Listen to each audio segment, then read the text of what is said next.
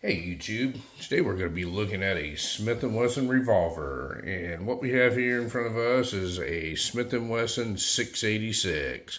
And before we go any further, I'm going to show you that there is nothing in this revolver and we are clear to make this video. So what do we have here? We have a Smith & Wesson 686-1, and this is chambered in .357 Magnum. And I know people that watch my videos here says I've probably already showed you this gun. Well, that would be incorrect, folks. This here is a new acquisition that I got over the weekend, and funny story about this. So this is one of the ones that I've always wanted, a Smith & Wesson 686 and 4-inch configuration. One of the older ones without the key lock on it and all that kind of stuff, and the wood stocks. And about 6 months ago, I started aggressively looking for one, and I broke my cardinal rule. Seems like most of the stuff I have, I got it when I wasn't looking for it. But I was looking for that Smith & Wesson. I looked everywhere, high and low, and I found one and I bought it. But I bought it for what I consider to be a lot more than I would normally pay for something like that. The money these things command these days, these older collectible Smith & Wesson revolvers, is a little bit high in my opinion, but I went ahead and bought it, and I was happy to own it. Well, I knew I should have never done that, because over the weekend, me and my significant other, we went to the shooting range. We went to an indoor shooting range, and it's a gun store / shooting range. We go there quite a bit, and I've never bought a gun from there ever, because usually the stuff in there it's a real fancy place. It's got all these cool stuff around in there, but the reason they can afford to have all that fancy stuff is the prices that they charge for stuff is ridiculous. It's absolutely overpriced. Everything in there, it's cool to look. It's like a museum. So we always make one run through there and see what they have. Anything's new or anything like that, check them out and everything. The people are sort of nice in there, and we were walking through, and I saw this sitting in the case. I was like, well, that's going to be crazy. I was like, let me see that Smith & Wesson there. I asked the gentleman if I could look at it, and he pulls it out. I saw the price on it. I could not believe it. I mean, it's just absolutely, it should not have been that cheap.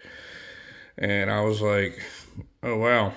So naturally, I tried to negotiate, and they don't negotiate there at all. And I was like, I'll just take it. I have to. So the reason I got this, I needed another .357 Magnum Smith & Wesson, like I needed a hole in the head. But at this price that I got this thing at, you could not pass it up. You have to buy it. I think they put a sign on it and it says you have to buy this. And I can't believe nobody else had spotted that and purchased it, but I bought it. And I'm not going to say what I paid for this thing, but I'm going to tell you that I've seen regular Glocks cost more than this. I paid for this gun. It's unbelievable. So, I mean, you can't have too many, folks, in my opinion. So, we'll look at it. So, this is a 686. This is a -1. And let me see if I can get this to focus here. -1. And we'll, let me see if I can get the serial number to show up. That is the serial number if anybody wants to look up what year it was made. Now, by process of elimination, the 686-1 came out in 1986, and the 686-2 came out in 1987. So I'm going to say this one was probably made in 1986. I don't know a quick way to look it up. I've never got into the whole Smith & Wesson, figuring out what year they were. I know there's a way to do it. There's usually a gentleman that tells me what year these are made when I show them, but I'm going to say this one was probably made in 1986. I think my other one was made in like 1980 or 81, something like that. And we'll do a comparison video. We'll see if we can try and find some of the differences in the two. But 686-1, so this was the first minor change on the inside. I think it has something to do about the hand or something like that. Not really sure. I can see no physical differences in the two, but you know, this is back when Smith & Wesson was really on top of their game. They had all the forged stuff, all the forged parts and everything. They had the hammer-mounted firing pin on it, the no lock on it, the really nice wooden stocks, and as always, Smith & Wessons have got a really good trigger on them. Really smooth all the way through. The single action's really smooth. This was virtually untouched, and this thing's in remarkable condition. It had the original box and everything, which I don't care about all that, but it had all the original box and all that. It's got, I haven't even cleaned it, folks. If you look at this gun, this is exactly how I got it. I still cannot believe that they sold this gun for this price.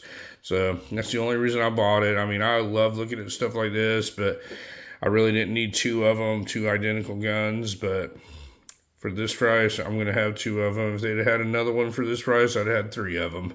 So I just figured I'd show you all. Let me show you some close-ups of it. It says Smith & Wesson right here. Then it has their little logo right here, the Smith & Wesson logo on their wooden grips. And on the other side, it has where it was made in the United States, and it says 357 Magnum.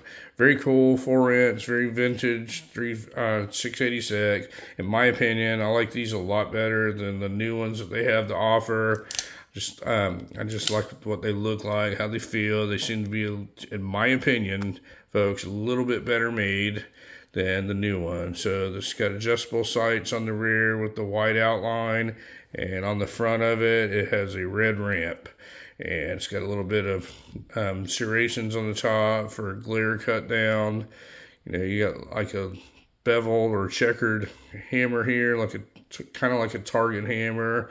Very comfortable in your hands, as all 686s. Got a smooth trigger on the front of it. So very cool gun, very nice. I'm happy to own it. Didn't really need it, but that's usually when you buy things, folks. It's usually when you get the best deals. You buy something when you don't need it. When something like this comes along, the grips are in what I consider perfect condition. I don't see anything wrong with them. It's got the serrated back strap on it, just like everything. This is a square butt gun.